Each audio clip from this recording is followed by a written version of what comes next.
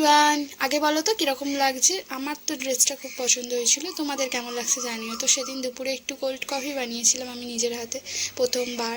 তো ভাবলাম তোমাদেরকে একটু ঢং করে দেখানোই যাক। আর ড্রেসটা আমি অনলাইনে কিনেছিলাম তো, আর ব্ল্যাক কালার তো ভালো লাগেই আমার। আর দেখো আমি আবার এরমভাবে এসেছিলাম, তো এবার বুঝতে পারছো আমি কোথায় যাবো।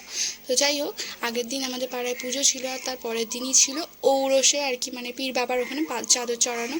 তো সেদিন আমি এই ড্রেসটা পরেছিলাম, আর ওখানে বেশি ভিডিও করা যায়নি কেন কি অনেক লোকের ভিড় ছিল, অসুবিধা হচ্ছিলো সবার। তো যাই হোক, তারপর বাড়ি এসে আবার কিছুক্ষণ আমরা ভিডিও বানিয়েছিলাম। তো এরা এখানে এরম ঢং করছিল, আর সেই ভিডিওগুলো নিয়েই আর কি সবাই দেখা টাকা করছিল, আর সবাইকে পাঠাচ্ছিল।